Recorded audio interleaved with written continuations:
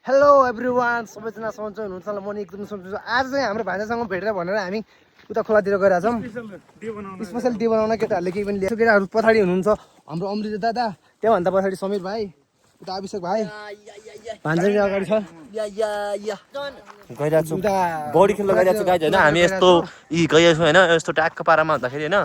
ल पानी भएको ठाउँमा अब चाहिँ एकैछिनपछि केटाहरू उता गइरहेको छन्। एकैछिनपछि नआउँदाखेरि हामी चाहिँ रेडी हुन्छौँ, त्यसपछि भेट्नेछौँ है त गाइज। केटाहरू उता चाहिँ आइसकेको छ।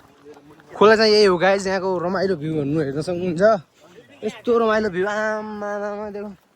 आज चाहिँ अलिअलि बाल्दो पनि लाग्छ। सोमबार भाइ पनि आइसकेको छ। यहाँतिर घुम्न आउनुपर्छ गाइज, रमाइलो भ्यू लगेर कस्तो छ भनौँ न हाम्रो उताको स्विमिङ पुल कस्तो एकदम रमाइलो नि भइरहेको छ गाइजहरू।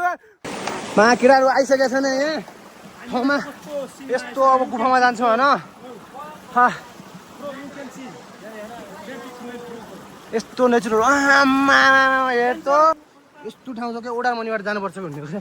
यहाँदेखि गएर यहाँ भुतुतुर नि हुन्छ नि फेरि यहाँ हाम्रो विथ बाटो ल्याएर आउँछ। यहाँको गाइज यहाँभित्र भुत नि बस्छ अरे होइन।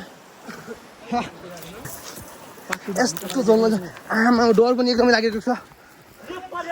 परे माछा ओहो, झाडीतिर हेर्नु त साइडको।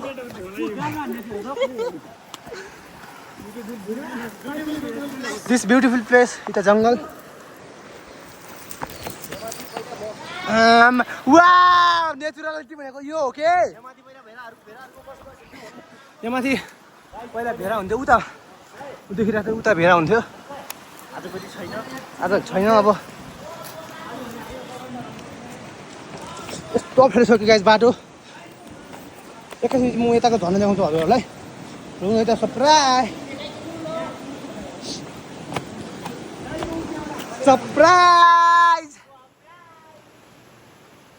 हजुर भान्जाको स्लिपै भइसकेको छ यहाँ हालत। यो चाहिँ 200 मिटर गहिरो छ। बजारको सबैभन्दा गहिरो ताल यो होइन। यहाँ चाहिँ देख्न सक्नुहुन्छ आमा भ्यू। केटाहरू यहाँ पुरा रेडी भइरहेको छन् होइन। उताको कपडा खोज्नु चिसोले यहाँ चाहिँ अड्काउँछ। केटाहरू एकै गरौँ। यो भाइले कट्टु ल्याएको छैन हेर्नु न याद छ याद। यो भाइले कट्टु ल्याएको छैन कि यो चाहिँ अमृत भयो उसो भए।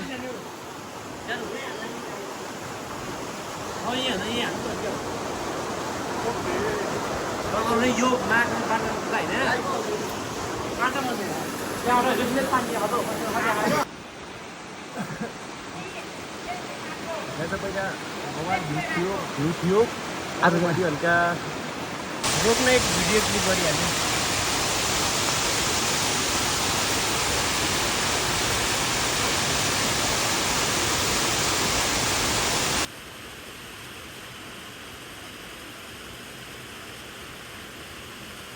एकदमै राम्रो भ्यू पनि छ।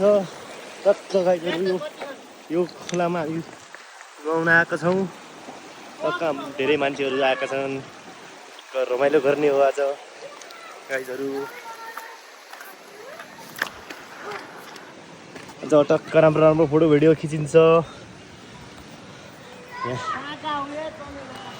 धेरै मान्छेहरू अहिले नुहाइल छन्। हामीहरू त अहिले भर्खर घरबाट पुग्यौँ।